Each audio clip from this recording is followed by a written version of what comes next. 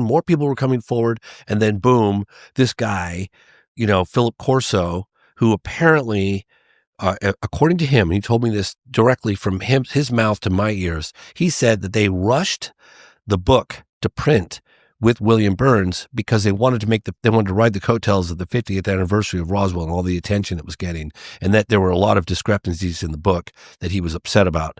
That this is what he told me, and I.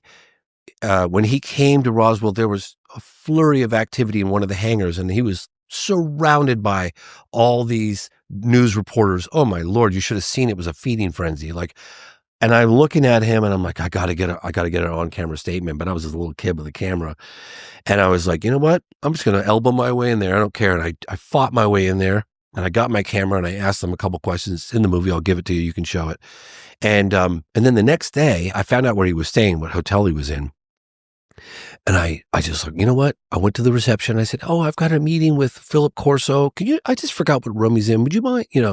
And I went to the room, and, "Oh, we were expecting you."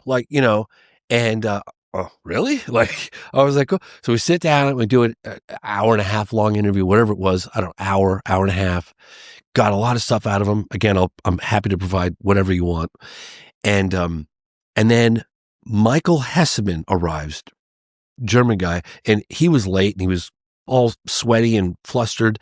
And apparently he had scheduled the interview that I got with Corso, but he showed up late. I showed up. I was in the right place at the right time. So I got this sit down interview with Corso when Michael Hesseman should have had it. And as it turns out, he was all flustered and he was late and he had no sound gear. So I gave him my sound gear, because when I got I would say it's about an hour and a half. And he talked about why he's coming forward, because of his grandkids. And he's like, "I'm old, I'm going to die soon, but I want the world to know this thing happened. I was a witness. I saw."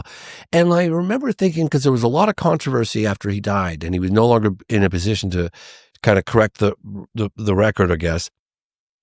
But I believed him.